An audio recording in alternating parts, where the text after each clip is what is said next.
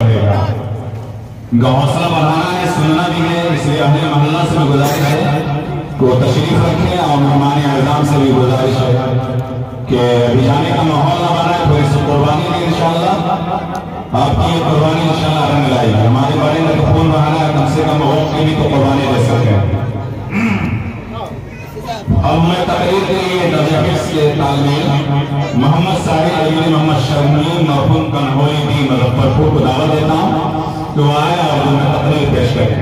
انشاءاللہ ایک بچے آپ کے سامنے آئیں گے، وہ انگلش میں تقریر کریں گے اور یہ اردو میں کریں گے، اور بہت ساری چیزیں باقی ہیں، آپ بڑا تشریف رکھیں۔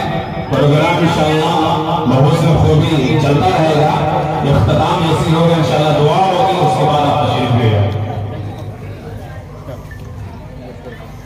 السلام علیکم ورحمۃ اللہ وبرکاتہ۔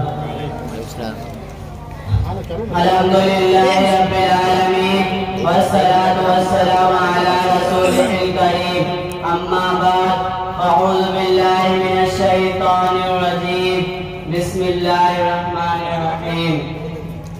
محترم بزرگوں اور دوستو، آج 26 جنوری ہے۔ 26 جنوری کا دن ہم ہندوستانیوں کے لیے بہت اہم دن ہے۔ اسی دن ہمارے ملک کا آئین نافذ کیا گیا تھا، اور اسی دن ہمارا ملک ریاست تسلیم کیا گیا تھا، اسی لیے ہم اسے یوم جمہوریہ کہتے ہیں، اور ہر سال ہم سب اسے قومی جذبے اور شان و شوکت کے ساتھ ایک قومی تہوار کی شکل میں مناتے ہیں، جس دن کی اہمیت یہ ہے کہ 26 نومبر 1949 دستور سازی اسمبلی میں 1935 کے گورنمنٹ آف انڈیا ٹکٹ کو منسوخ کر کے نئے آئین کو منظور کیا، اور 26 جنوری 1950 کو ہندوستان باقاعدہ ایک جمہوری ملک بن گیا۔ اسی مناسبت ہم لوگ یوم جمہوریہ ہر سال مناتے ہیں۔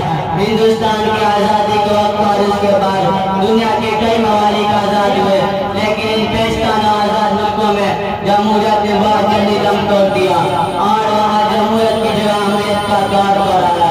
زیادہ دور جانے کی ضرورت نہیں، پڑوسی میں ایک نظر دوڑا لے۔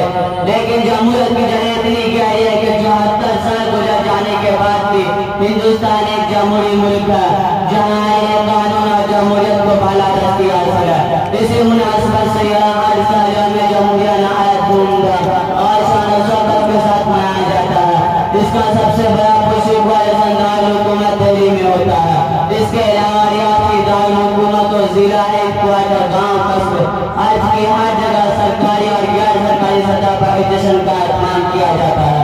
ایک نظر ڈالتے ہیں کہ آخر جمہوریت کیا ہے، اور ہم یوم جمہوریہ کیوں مناتے ہیں، اور ہمارے زندگی میں اس دن کی اہمیت و افادیت کیا ہے۔ 15 اگست کو یوم آزادی اور 26 جنوری کو یوم جمہوریہ آتا ہے۔ اسی کے ساتھ ہی اس دن ہندوستان خود مختار جمہوری ملک میں تبدیل ہو گیا۔ اس کا خواب ملک کی آزادی کی جدوجہد کرنے والے ہمارے عظیم رہنماؤں نے دیکھا ہے۔ یہ تاریخ جمہوریہ ہند کی حقیقی روح کی نمائندگی کرتی ہے۔ یہی وجہ ہے کہ دن صرف ہندوستان میں بلکہ دنیا کے ان تمام ملکوں میں منایا جاتا ہے جہاں ہندوستانی مقیم ہے۔ آزادی کے لحاظ سے ہندوستان دنیا کا سب سے بڑا جمہوری ملک ہے۔ اقتدار کا حقیقی سرچشمہ ہندوستانی عوام ہے۔ یہاں مذہب، ذات، فقہ، علاقہ اور زبان کی بنیاد پر کسی کے ساتھ کوئی تفریق نہیں کی جاتی۔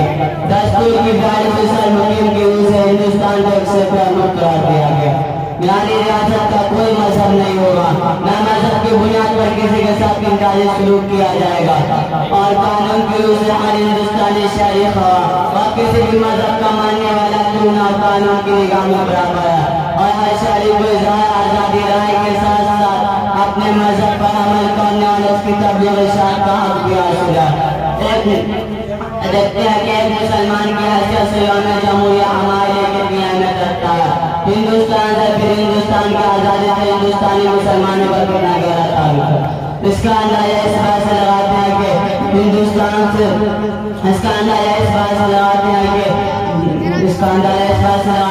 بنگال کے نام سے حضرت والا نے 1757 میں اور حضرت علی نے 1767 میں بنگال کے حضرت 1780 میں ٹیپو سلطان نے انگریزوں کے خلاف جنگیں لڑی اور جان و مال کی بے پناہ قربانیاں دی۔ 1857 میں بہادر شاہ ظفر کی قیادت میں انگریزوں کے خلاف مسلسل جدوجہد کا آغاز ہوا، اور بڑے پیمانے میں جانی و مالی قربانی کے نتیجے میں ہندوستان آزاد ہوا. اور میں ایسے چند باتوں کے ساتھ اپنے تقریر ختم کرنا چاہتا ہوں. چمن بھی اپنا, وطن بھی اپنا, چمن بھی اپنا, وطن بھی اپنا, جہاں میں سب سے پیارا ہندوستان اپنا. ماشاءاللہ بھائی تعلیموں سے حوصلہ افزائی کریے. ماشاءاللہ بہت خوب, ماشاءاللہ بہت اچھی بات انہوں نے رکھی. ماشاءاللہ اب